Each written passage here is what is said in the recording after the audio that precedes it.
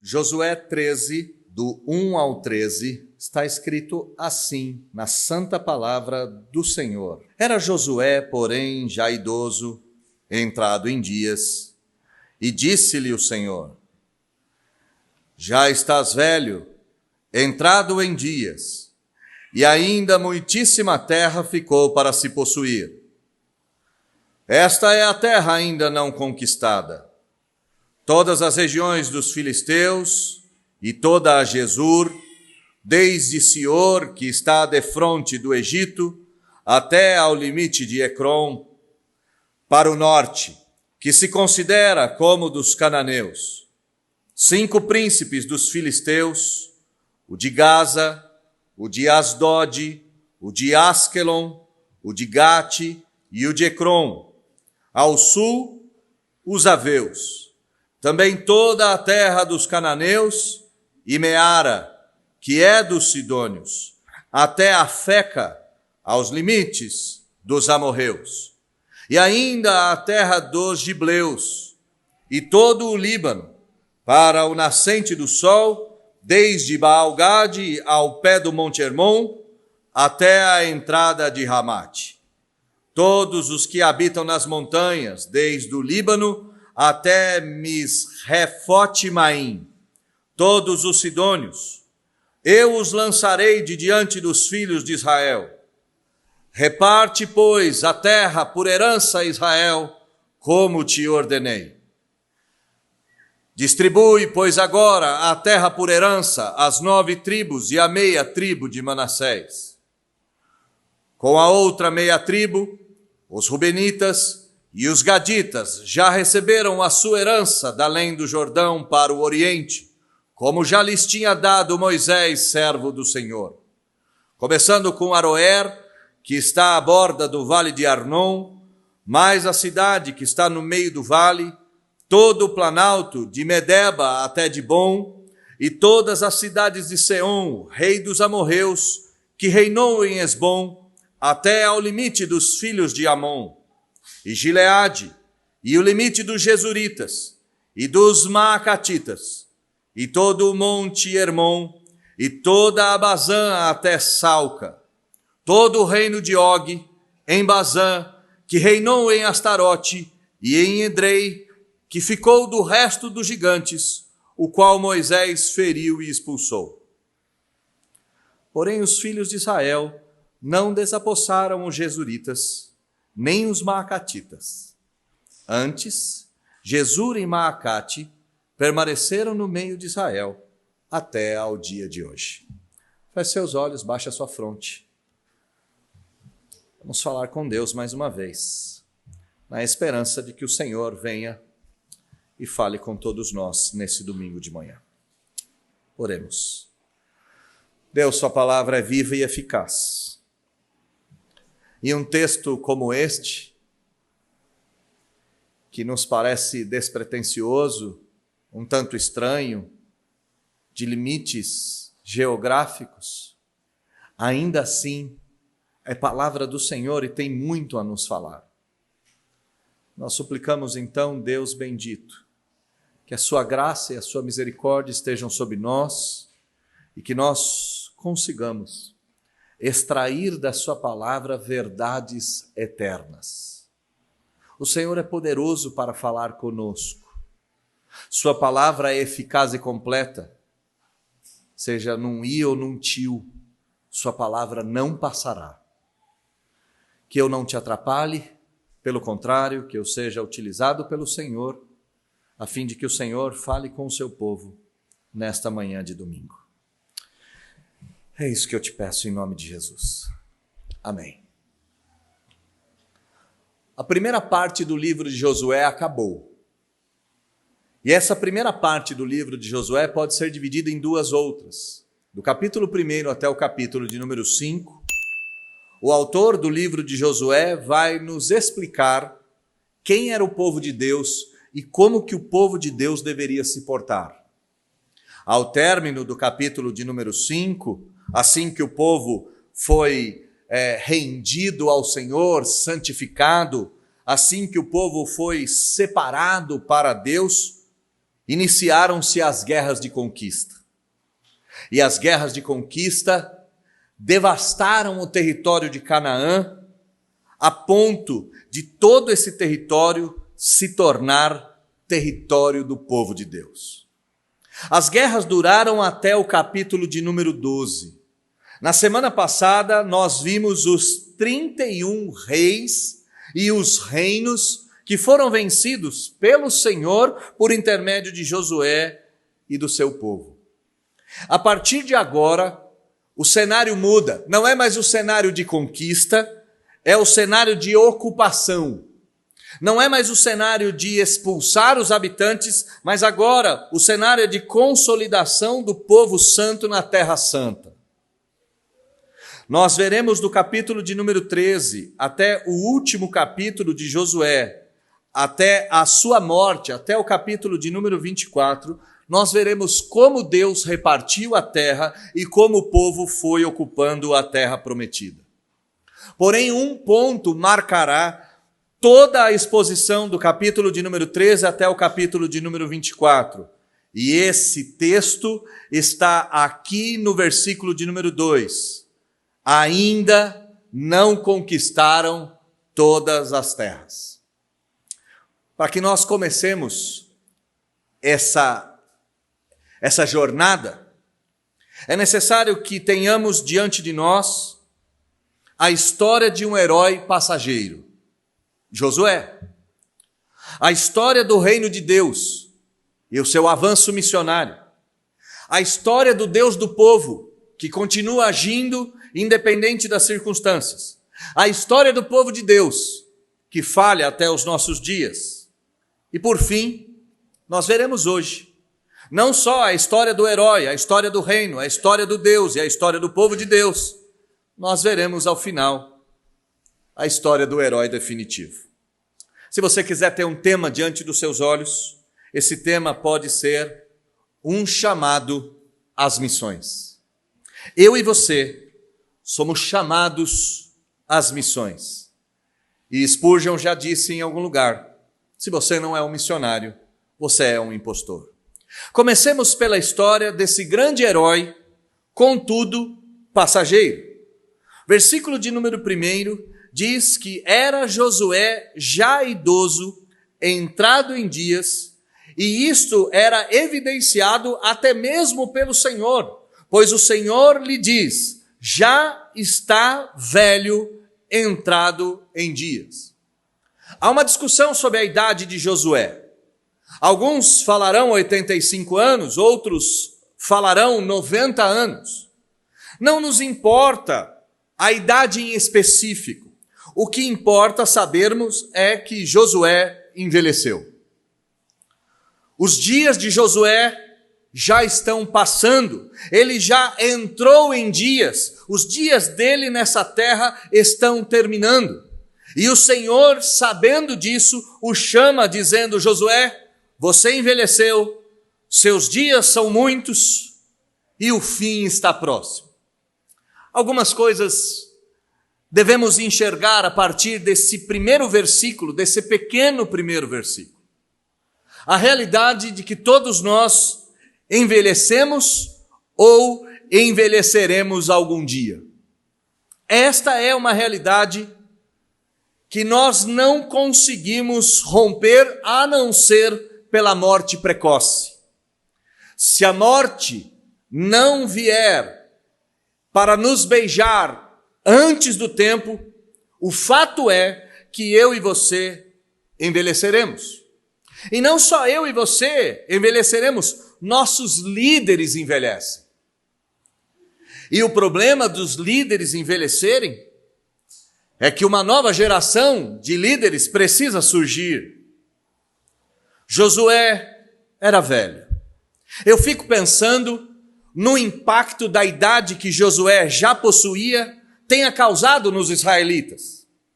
Josué era aquele que viveu os 40 anos do deserto. Josué é o grande conquistador. Josué é o homem que destruiu 31 reinos. Josué é o homem que viu milagres extraordinários. O pulso firme pelo qual Israel seguiu está passando, está partindo. O problema da liderança envelhecer e partir não está só relacionada com a nova liderança, está relacionada com o fato de que até mesmo grandes heróis passam, grandes lideranças passam, grandes pastores passam. E esses pastores, por mais profícuos que tenham sido, por mais eficazes nas suas ações, deixam muito a desejar. Olha o versículo de número 1. Disse-lhe o Senhor: já está velho e entrado em dias, e ainda muitíssima terra ficou para se possuir.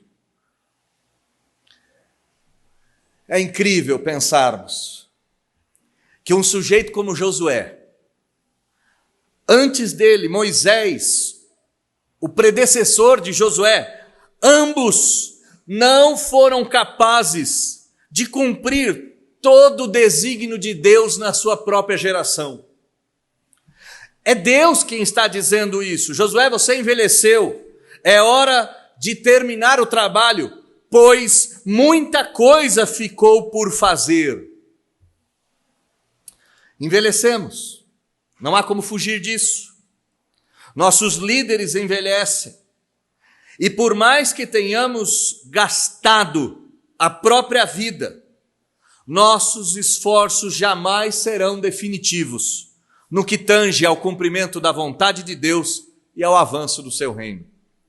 E por que isso deve ser dito logo no início? Irmãos, porque por mais que façamos, Deus não destinou a nenhum de nós cumprirmos em nós todo o desígnio de Deus. Tem muito a ser feito, é verdade. Deus está dizendo para Josué, olhando para a terra prometida, que há um serviço inacabado. Josué fez muito, em muitos lugares, fez no deserto, combateu os primeiros combates de Israel, avistou a terra prometida antes de qualquer um, guiou o povo na conquista da terra prometida, venceu 31 reinos e mesmo assim, os esforços dele não foram definitivos para completar a obra de Deus. Por que isso deve ser dito para nós? Porque, meus irmãos, nós somos chamados para fazer o que fazemos. Nada aquém, nada além. E isso basta. Somos chamados para cumprir a nossa missão, não para totalizá-la. O Senhor vai nomear, até mesmo num sentido de quebrar o coração de Josué ou impedir a vaidade, que ainda há muito a ser feito. Versículo 2, esta é a terra ainda não conquistada. Todas as regiões dos filisteus e toda Gesur, desde Sior fica Gesur até o defronte do Egito, que é até o limite de Ecrom para o norte, que se considera como dos cananeus. Uma lista, beirando o mar Mediterrâneo de norte a sul, deixou de ser conquistada. Da região dos filisteus, que lá na frente vão trazer um problema danado para o povo de Israel, 5 príncipes ficaram: Gaza, Asdote, Askelon, Gate e Ecrom. Josué, você envelheceu, há muita terra para possuir, você não conquistou todas as coisas e é hora de passar. É o que Deus está dizendo. A terra de Gesur ficou para trás, a terra dos filisteus ficou para trás. Versículo 4, a terra dos aveus ficou por se conquistar. Também a terra dos cananeus e Meara, que é ocupada pelos sidônios, de Afeca até o limite dos amorreus. Faltou ainda a terra dos gibleus. Josué, diz o Senhor, faltou o Líbano, do nascente do sol, desde Baal-Gade, até o monte Hermon, até a entrada de Ramate, todos os habitantes das montanhas do Líbano você não conquistou. Faltou os sidônios. Deus está tendo um tete-a-tete com Josué, dizendo: você envelheceu, você fez um excelente trabalho, você foi extremamente abençoado, mas tem muito a ser feito e chegou a hora de passar. Há muito a ser feito e chegou a hora de entregar o bastão. Chegou a hora de concretizar aquilo que você é capaz de concretizar e confiar que o restante será feito por mim juntamente com o povo. Sai da realidade de 2000 anos atrás, quase 3000 anos atrás, sai dessa realidade e vem para a nossa realidade. Vamos envelhecer, é verdade, e aqueles que envelheceram já sabem disso. Há muito a ser feito e nós fizemos muitas coisas, mas não conseguimos fazer todas as coisas. Ainda há muito a ser feito no reino de Deus. E por mais que nós tenhamos executado coisas incríveis, não demos conta de tudo. E se olharmos pela janela do nosso tempo, se olharmos para a realidade que nos cerca, certamente veremos que há muito a ser realizado. Talvez nunca tenhamos vivido um tempo em que o evangelho seja tão necessário, em que há tantos povos a serem alcançados, começando do outro lado da rua e indo até o outro lado do mundo. Josué fez muito, mas ainda há muito por fazer. E 3000 anos depois, somos obrigados a concordar que há muito a ser feito. Vimos a história de um herói um grande herói do evangelho. Mas vimos que heróis passam, que sua jornada se encerra, e por mais vitoriosos que eles tenham sido, ainda assim não foram capazes de fazer tudo. Segunda história, a história do povo de Deus.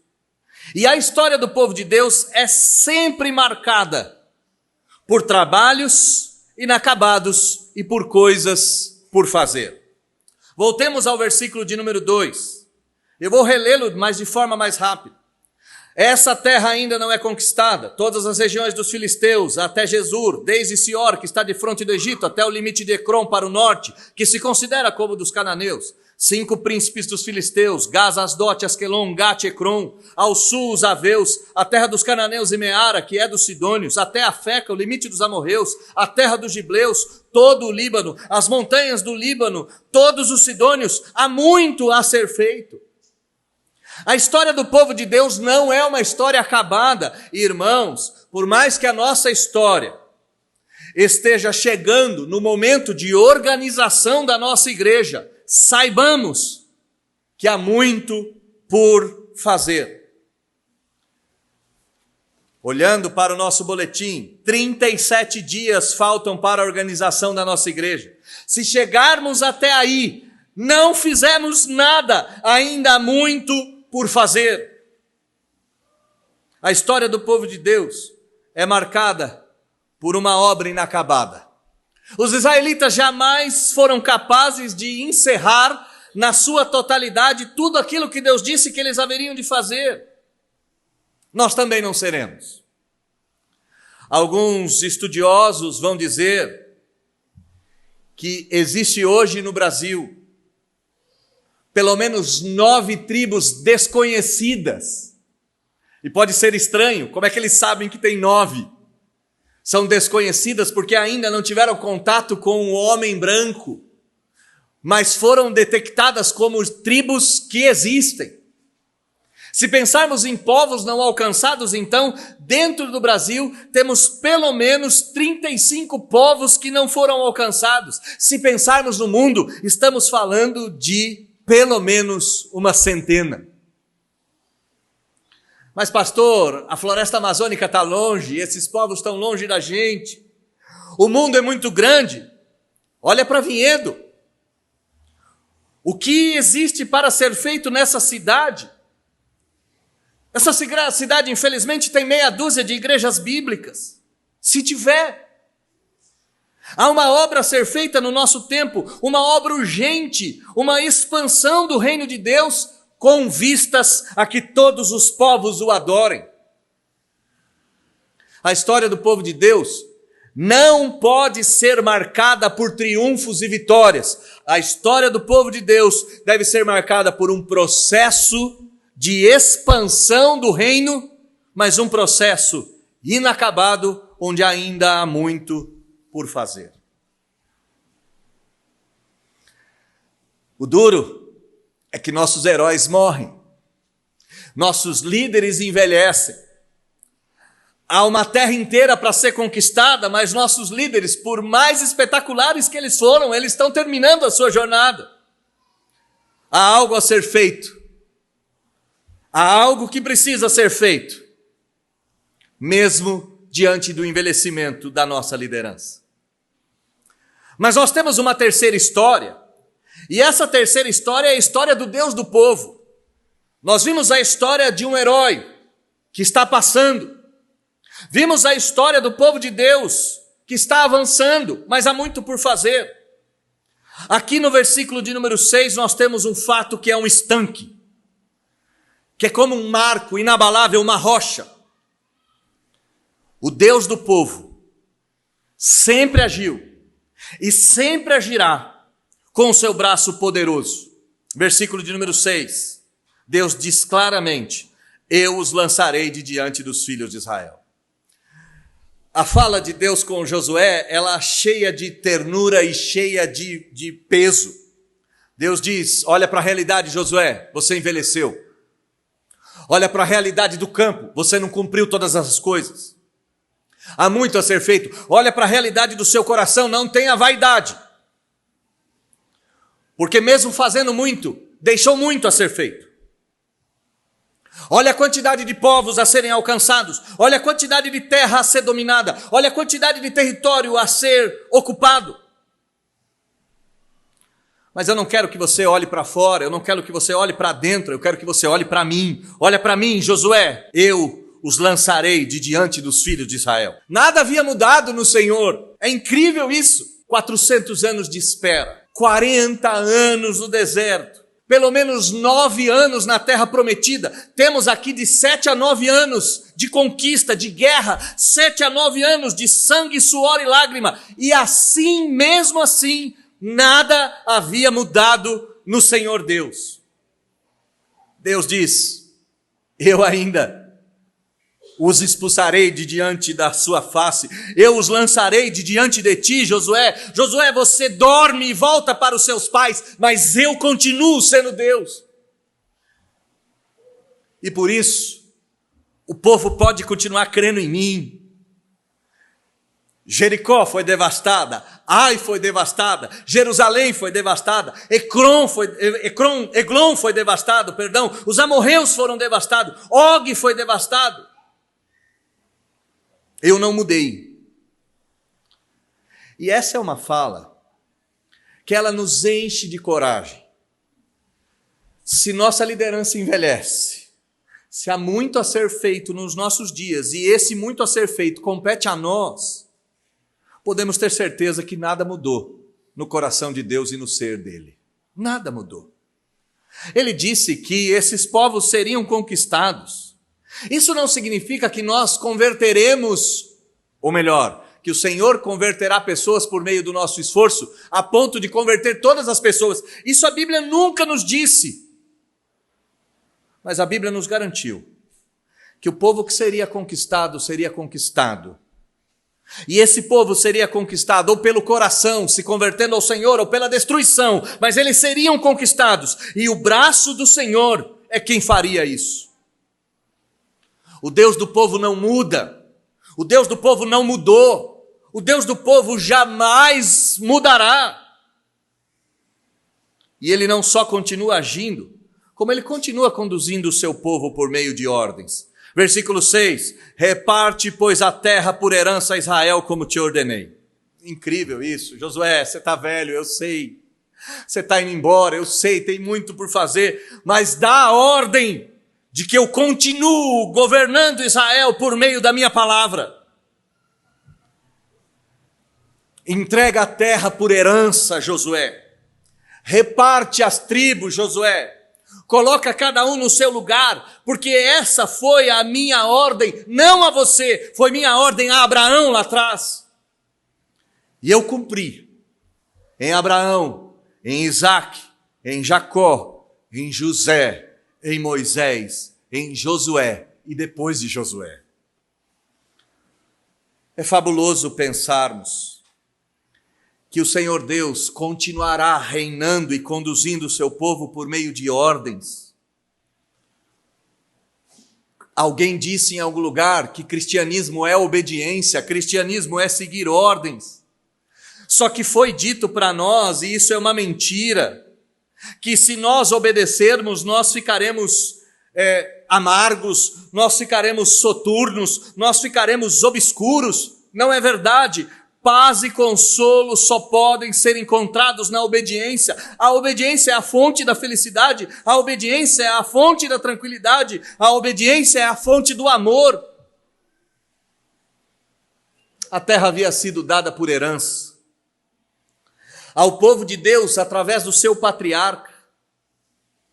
Deus está dizendo para Josué: reparte as terras e fala para o povo continuar me obedecendo, porque eu lançarei fora de diante de Israel todos aqueles que se opuserem a Israel. É como se Deus dissesse para Josué: Josué, a minha palavra continua sendo a força motriz do povo. Eu ainda tenho poder e permanecerei tendo poder para sempre, e eu não minto. Versículo 7, distribui, pois, agora a terra por herança às 9 tribos e à meia tribo de Manassés. Eu cumpro as minhas promessas. A liderança envelhece, falha, o povo de Deus avança, e por mais que avança ainda tem muito a ser feito, mas o Deus do povo não muda. O Deus do povo continua agindo, o Deus do povo continua mandando, o Deus do povo ainda fala por meio da sua palavra, o Deus do povo ainda cumpre as suas promessas. E um ponto precisa ser esclarecido. Eu não sei porquê. Divulgou-se por aí que Deus cumpre as suas promessas para um grupo de privilegiados. Olha o versículo de número 7. Distribui, pois, agora a terra por herança às 9 tribos e meia. As 9 tribos de Israel e mais a meia de Manassés. Deus está cumprindo as suas promessas para todo o povo, e não apenas para um grupo seleto. E por que eu estou dizendo isso? Porque parece que missão, parece que avanço do reino, parece que a expansão do evangelho é coisa de um grupo de privilegiados ou de um grupo de iluminados aos quais e somente sobre estes Deus cumpre as suas promessas. Balela, bobagem. Deus prometeu que daria a terra prometida para todas as tribos. Ele sim já tinha dado a questão da Transjordânia, o lado oeste do Rio Jordão. Ele já tinha dado as 2 tribos, Ruben e Gade, e a meia tribo de Manassés, mas ele não tinha feito isso por egoísmo. Ele não tinha feito isso porque ele privilegiava uns em detrimento dos outros. Não! Em Deus não há acepção de pessoas. Todos nós, crentes, somos herdeiros da promessa da vida eterna. Todos os nós, crentes, podemos contar com o braço forte do Senhor. Todos nós, os crentes, podemos contar com a palavra de Deus. Todos nós, crentes, podemos contar com a fidelidade do Senhor. Isso não é para meia dúzia. Todos nós, crentes, podemos trabalhar para o avanço do reino de Deus. Todos nós, crentes, podemos entrar na terra prometida por meio da fé, e isso não nos será negado. Deus não vai separar meia dúzia de privilegiados e o restante não. Agora, por que parece que em algum momento ele vai privilegiar alguns e vai deixar outros para trás? O versículo de número 8 até o versículo 12 dá essa impressão. Deus está dizendo: a outra meia tribo de Manassés, os Rubenitas e os Gaditas, já receberam a sua herança da além do Jordão para o Oriente, como Moisés havia lhes dito, e Moisés lhes deu a terra. Não parece aqui, quando nós olhamos, que meia tribo de Manassés, Rubenitas e Gaditas eram privilegiados? Eles já receberam a sua herança. E não era qualquer herança, não era simplesmente um territóriozinho, começando com Aroer, que está à borda do vale de Arnon, mais a cidade que está no meio do vale, todo o planalto de Medeba até Dibon, e todas as cidades de Seom, rei dos amorreus, que reinou em Hesbom, até os limites dos filhos de Amon, e Gileade, e os limites dos Jesuritas, e os limites dos Macatitas, e todo o Monte Hermon, e toda Bazã até Salca, todo o reino de Og em Bazã, que reinou em Astarote e em Edrei, que ficou no resto dos gigantes ao qual Moisés feriu e expulsou. O território é vastíssimo. Deus está dando para 2,5 tribos um território que começa lá no Hermon e vai terminar às margens ou ao redor do Mar Morto. Uma área extremamente fértil, uma área de vales, uma área de planalto, uma área riquíssima, com cidades fabulosas, com cidades totalmente construídas. Por que Deus fez isso? Se Ele não vai privilegiar, dentre os eleitos não haverá privilegiados. Dentre os eleitos não haverá mais escolhidos do que os outros. Deus cumprirá sua promessa com todos. Mas por quê que nós imaginamos que essas 2,5 tribos são privilegiados? Nós imaginamos isso porque nós não levamos em conta a sabedoria de Deus. Deus vai repartir a Transjordânia, em primeiro lugar, e eu mencionei isso domingo passado, com vistas à manutenção do seu povo. A região da Transjordânia era uma região extremamente fértil. Então Israel poderia plantar, Israel poderia colocar o seu gado, Israel poderia avançar em tecnologia e avançar economicamente, a fim de alimentar aquela multidão de soldados que haveriam de conquistar a terra prometida. Deus, em sua santa sabedoria, vai dividir o território, colocando 2,5 tribos para a manutenção do seu povo. Mas em segundo lugar, o território de Israel é um território extremamente difícil. Ao leste temos o mar Mediterrâneo, ao norte o Monte Hermon e a divisa com a Síria, ao sul o Egito e ao oeste uma série de povos que poderiam ameaçar a hegemonia de Israel. Por que Deus vai assentar 3 tribos numerosas do lado do Rio Jordão, fazendo fronteira com os povos do Oriente? Porque Deus tinha que proteger o seu povo. Não daria para guerrear avançando uma guerra, sendo atacado pela retaguarda. Mas há um terceiro ponto. Por que Deus deu 2,5 tribos a herança e deixou o restante para depois? Deus queria encorajar o seu povo de que se Ele tinha feito para eles, Ele ia fazer para os demais.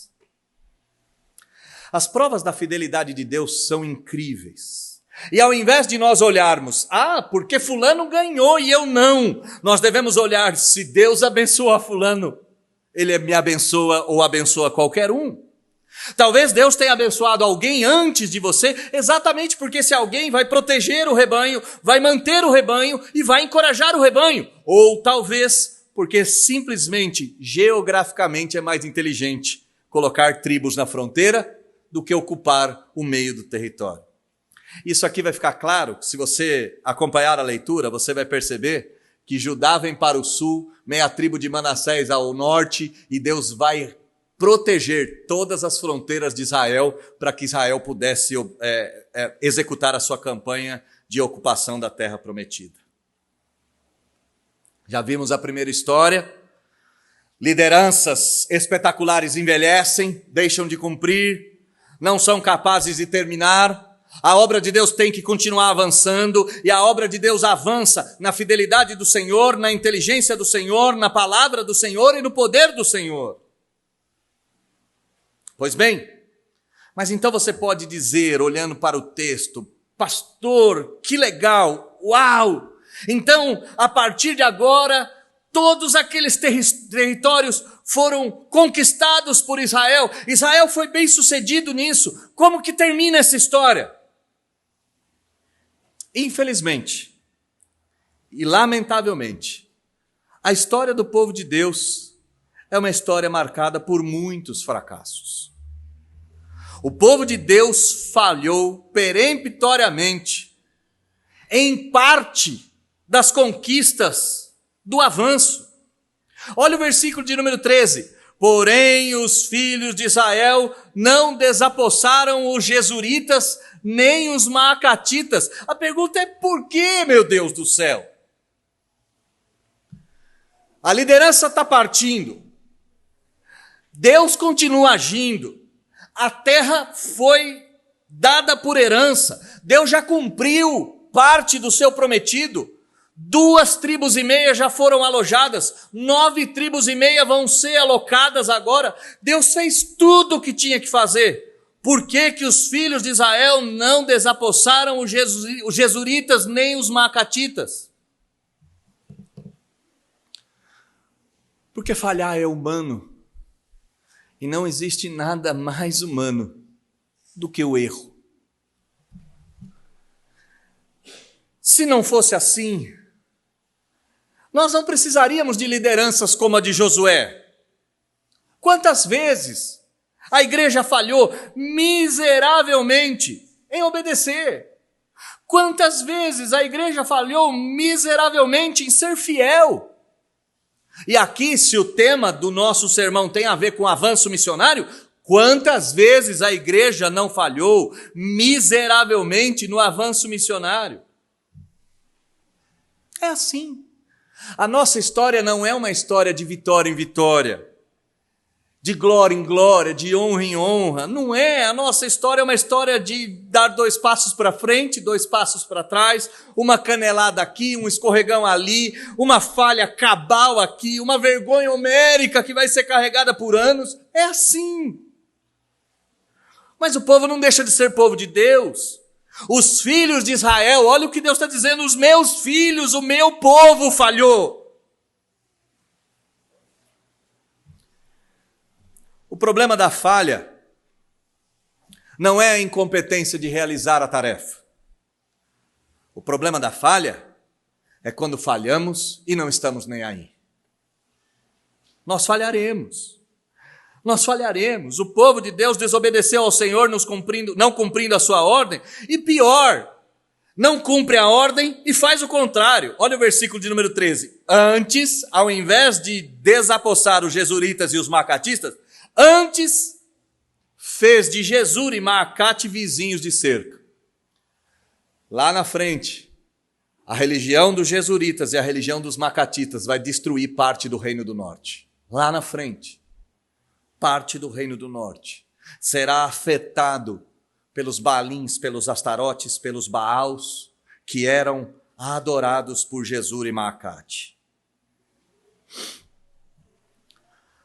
As nossas falhas são um tanto naturais, porque somos pecadores, é verdade. Mas as nossas falhas trazem consequência, e trazem consequência para o reino de Deus, trazem consequência para o avanço missionário. Quando não somos fiéis, quando não falamos de Jesus, quando não vivemos uma vida cristã, quando não avançamos no poder de Deus, quando desobedecemos a sua palavra, de alguma forma isso vai reverberar, isso vai ecoar, e esse eco vai atrapalhar o próprio reino de Deus daqui a alguns anos, se não na nossa geração, nas demais. A conquista da terra prometida será radicalmente ferida pela presença dos filisteus na história de Israel. Os filisteus serão inimigos terríveis e mortais, e por muitas vezes infringirão a Israel derrotas históricas. Quando nós falhamos e não estamos nem aí com a falha, fazemos o contrário, o reino de Deus sofre e o reino de Deus padece de avanço. Pois bem, aqui nós temos nada mais, nada menos do que um chamado às missões. E por que nós temos um chamado às missões? Porque há muita terra a ser conquistada, por mais que nossos líderes já tenham feito isso e fizeram, não só os líderes da Igreja Presbiteriana do Brasil, os líderes evangélicos que chegaram em terra tupiniquim e tupinambá, o evangelho que chegou nas Américas, o evangelho que chegou na Europa, na África, na Ásia, o evangelho já fez muito, e muitos passaram por aqui, muitos, mas eles passaram. Os nossos heróis morreram, não de overdose, eles morreram em infidelidade, mas morreram. compete a nós, esse povo, essa geração que está viva, compete a nós avançarmos as missões do outro lado de casa, do outro lado da rua, do outro lado do mundo, até que todos os povos o adorem. As cidades inteiras, a povos inteiros, a etnias inteiras. O Senhor continua o mesmo, o Senhor continua agindo. Nós vamos falhar, mas uma coisa é fato. Nós podemos ter a certeza de que esses erros aqui não serão cometidos e que no fim das contas todo o reino de Deus será estabelecido nessa terra. E por que nós podemos ter essa certeza? Aqui eu retorno ao início da minha introdução. Na minha introdução eu disse que nós veremos a história de um herói passageiro, Josué. Fez muito, fez, mas não fez tudo. Nós veremos a história do reino de Deus, avançou, ou se avançou, chegou até nós. Mas ainda há muito a ser avançado, há muito a ser conquistado. Nós vimos um pouco da história do Deus do povo, ele não muda, ele cumpre promessas, ele ainda manda a sua lei, ele é demais, Deus é espetacular e continua sendo. Nós vimos a história do povo de Deus que falha miseravelmente. Mas um ponto, e o ponto central do meu sermão, foi omitido até agora. Há uma história de um outro herói, que não é um herói passageiro. A história de um outro herói, que transliterado para o nosso idioma também começa com J, mas não é Josué, apesar que o nome Josué e o de Jesus são quase iguais. A história de um herói que não envelheceu. De um herói que fez muito, fez muito. Aliás, fez tudo. Josué não fez tudo. Deus não olhou para Josué e falou: Josué, parabéns, tudo está consumado. Mas a palavra do Senhor, saindo pela boca de Jesus, ainda dependurado, berrou aos quatro cantos, dizendo: está consumado, não tem mais nada a ser feito. O herói definitivo da nossa história morreu, assim como Josué. Mas Josué aguarda o dia em que ele ouvirá a voz do herói definitivo, e suas cinzas, sejam elas quais forem, e estando ela aonde estiverem, as cinzas ouvirão, e enfim Josué despertará. O nosso herói definitivo foi cuspido da tumba no terceiro dia. E aquilo que parecia ser o fim,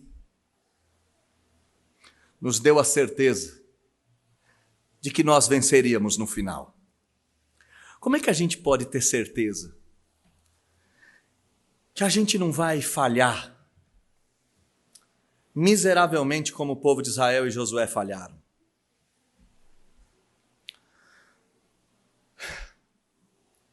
Porque diferentemente de todos os líderes que passaram pela história de Israel, o nosso líder nos mandou evangelizar todos os povos, disse que estaria conosco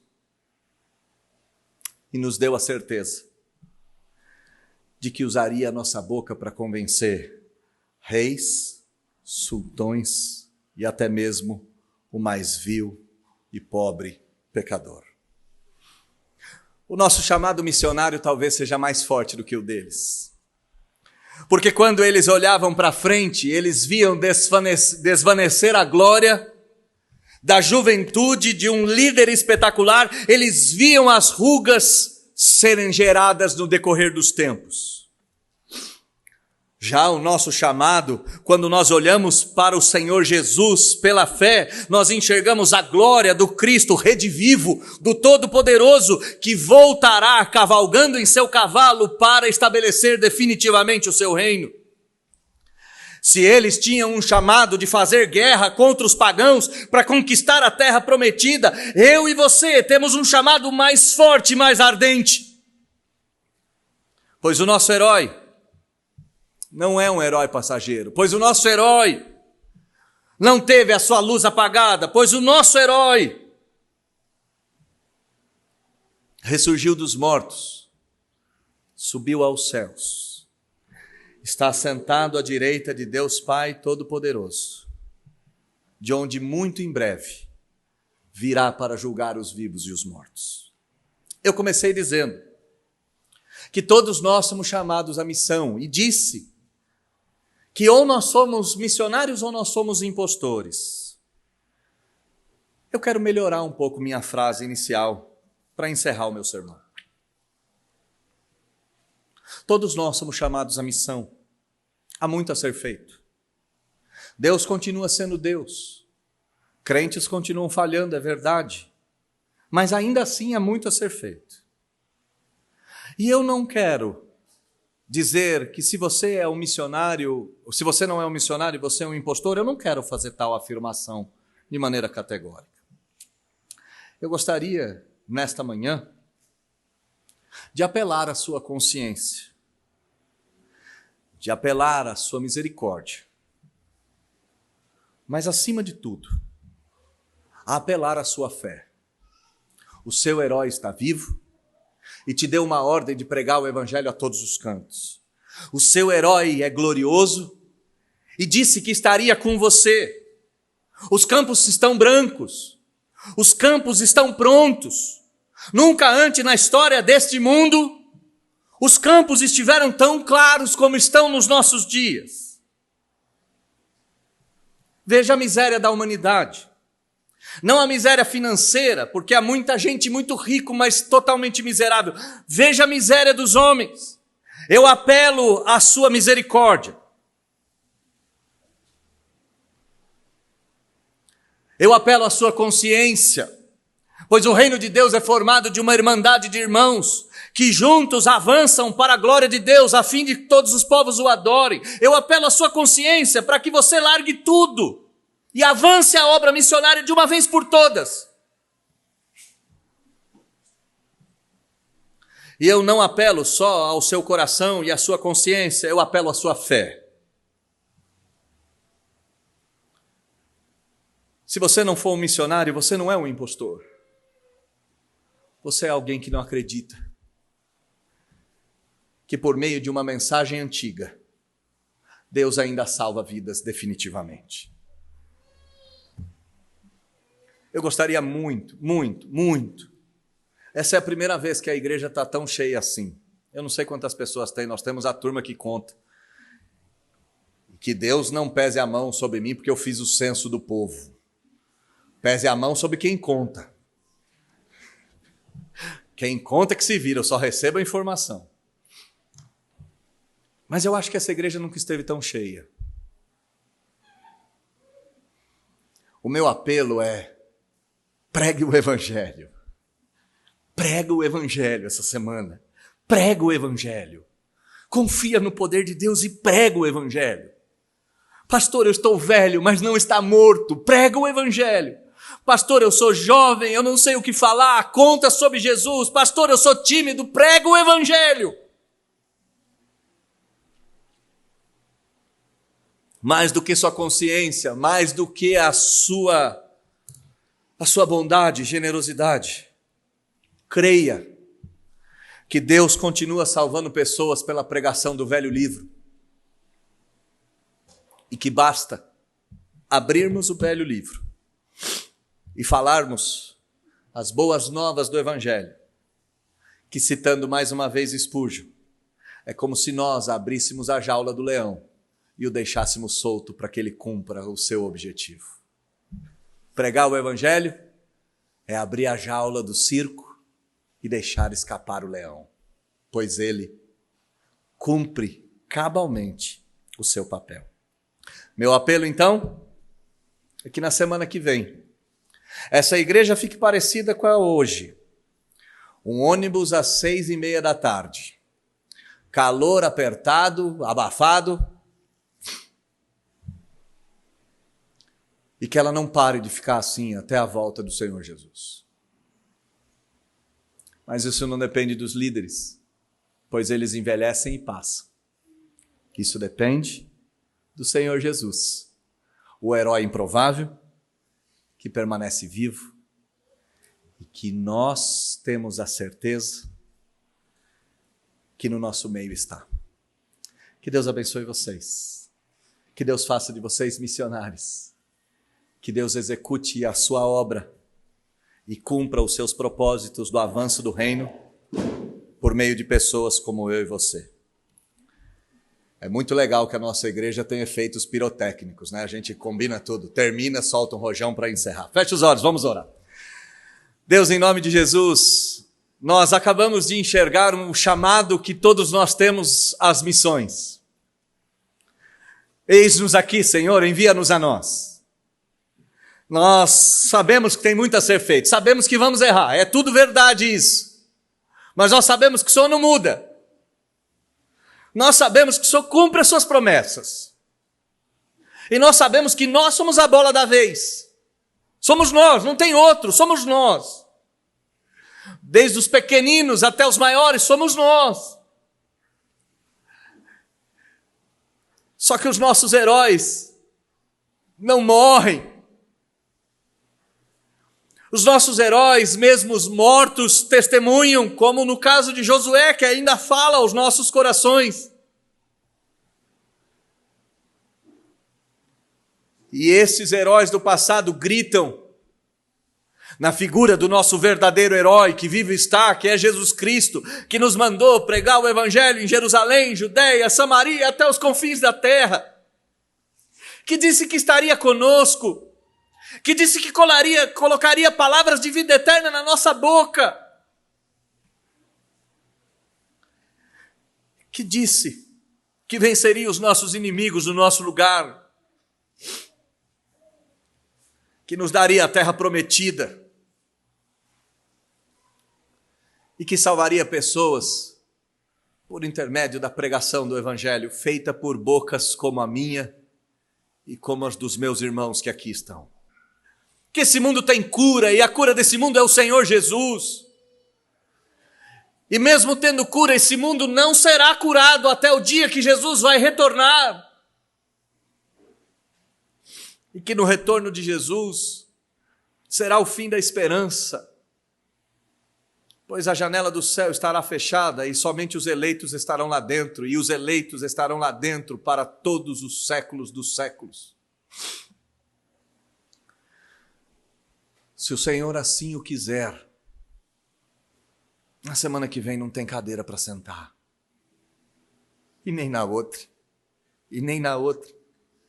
Não por apelos emocionais, não por artimanhas de culto, mas pelo poder da tua palavra e pelo evangelismo do teu povo. Nos ajude a pregar o evangelho do outro lado da cama, do outro lado da casa, do outro lado da rua, até que chegue a hora que o Senhor nos chame para irmos do outro lado do mundo. Eu faço essa oração confiado no poder de Deus em Cristo Jesus, que ressurgiu dos mortos e há de voltar. É no nome de Jesus que eu oro. Amém.